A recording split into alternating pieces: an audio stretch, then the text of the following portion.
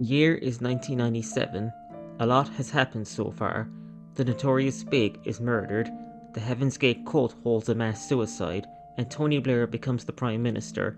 But on May 7th, a French composer, David de Gretola, known commonly as David Cage, founded a company called Quantic Dream, with aspirations to make games that were more than just games, featuring interactive storytelling and deep supernatural themes. In 1999, Quantic Dream would release their first game, The Nomad's Soul. Though it received immense praise and awards, it only sold around 600,000 copies. However, it would be overshadowed 6 years later by their next game, Fahrenheit, which introduced the multiple choices and endings of which their games will be known for.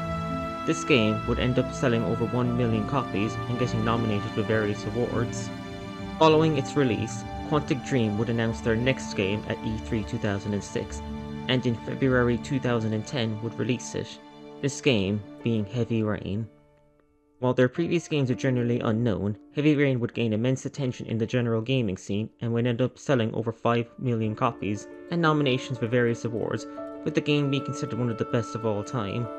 The game follows 4 characters: Ethan Mars, an architect whose life takes a tragic turn when his son Jason is killed in an accident, when his other son, Sean, is kidnapped by someone known as the Origami Killer. He sets out to save him, facing pain and hardship along the way. Scott Shelby, a private investigator hired by the families of the victims to find the killer, and is later revealed to be the killer himself. Norman Jayden, an FBI informant working with the police in their investigations into the murders, using his futuristic Ori glasses. The last character is Madison Page, a journalist suffering from insomnia working on the story of the Origami Killer and aiding Ethan in his quest, and it's Madison that will be part of this video's subject.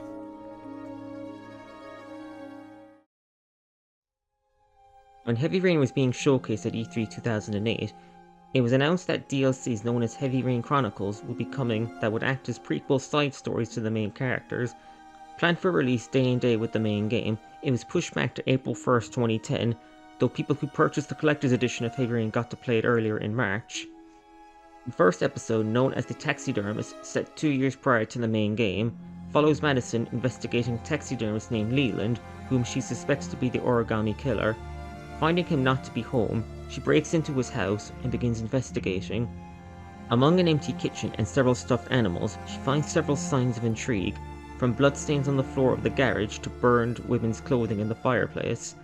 Upon looking upstairs, she finds various pieces of women's clothing, until finding a dead body in the bathtub, followed by a room filled with taxidermied women in various poses. As if things couldn't get any worse, Leland arrives home and Madison must make her escape. The game ends with a newspaper article highlighting how things played out. Like the main game, this story has multiple endings, though as some involve Madison getting killed, only a few can be considered canon. While it sounded like I glossed over this story, the truth is this add-on is very short, with it taking around 10 to 15 minutes to complete, and around an hour if you go for all the endings. Despite its purpose being to go into more backstory with the characters, this add-on really doesn't give us much information on Madison, other than an explanation for why she's suffering from insomnia, which is a shame as she is the most underdeveloped character in the main game. I mentioned this being the first entry in these chronicles, however this would be the only episode released, and as a result it has become forgotten over the years. However, information on the following episodes has been released. Episode 2, which I dubbed The Cover-Up, involves Norman Jayden taking part in a hostage rescue with fellow Agent Coulson, whom with S.H.I.E.L.D. must stop Hydra from attacking the Inhumans and... Okay, wrong universe. Norman Jayden taking part in a hostage rescue with fellow Agent Cole, with Jayden having to disarm a bomb. Regardless of the outcome, it's revealed to be a training exercise to test the Ori glasses. Following this, Jayden goes to a penthouse in Washington along with Mercer, a lawyer involved with the development of Ori. The house they're investigating was belonged to Jack Riley, an FBI agent and Jayden's lover, whom died of suicide, though Jayden has doubts of this. As you explore, flashbacks trigger in each room you enter, revealing details of the use of Ori had on people. Eventually, through this investigation, Jayden will receive further flashbacks of Riley becoming addicted to tryptocane, before Mercer is revealed to have killed Riley in order to cover up the dangerous effects of Ori. The two would fight before Jayden would shoot Mercer, causing him to fall from the balcony to his death. Despite never making it past pre-production, I actually find this chapter to be more interesting. You get clear answers regarding the Ori glasses, revealing that despite its use in the field, it does more damage than good, and showing the lengths the creators will go into keeping this quiet. It would likely also show how Jaden got his scar and become emotionally disconnected due to his use of Ari and tryptocane to escape reality. As for episode 3, very little information exists about it. What we know is it would have focused on Scott Shelby's early investigations into the killings he committed. It's possible it would have focused on Scott setting up the trials and maybe on capturing his victims, whether it was his first one or Lauren's son Johnny. There was also possibly a fourth one focusing on Ethan, likely set in between the 2-year time jump showing his life crumbling, but almost no info is available regarding it, hence why I'm speculating what it was. The big question you're wondering is, why did Chronicles stop after one entry? Well, the answer you're looking for is actually not as complicated as you think. Following the release of The Taxidermist, Quantic Dream put them on hold to work on adding PlayStation Move compatibility to the game and releasing an update called the Move Edition, which Sony had pressured them into doing. In addition, they also began development on their next game, which would take further away from developing Chronicles, before cancelling them completely. One last thing to discuss is, how can I play The Taxidermist now?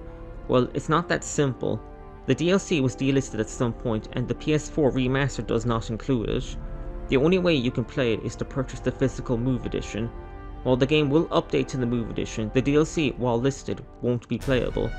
Be forewarned if shopping for the Move Edition, sellers will sometimes include the disc for the original release, so if you see a disc that doesn't say Move Edition, avoid it at all costs.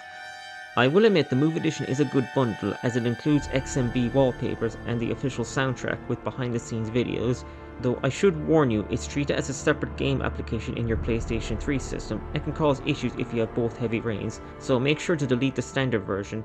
It was also available through the PlayStation Now service, though I'm not sure if that's still the case now.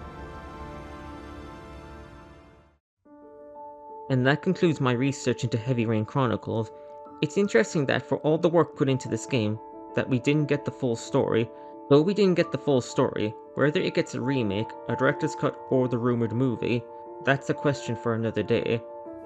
As for Quantic Dream, they would continue releasing games, with the next one being Beyond Two Souls, which, despite featuring a cast from William Dafoe and Ellen Page, now known as Elliot Page, it sold less than half of Heavy Rain Solo's sales.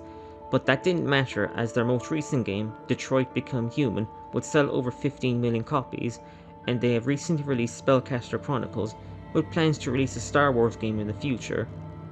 Who knows how long the dream will keep going.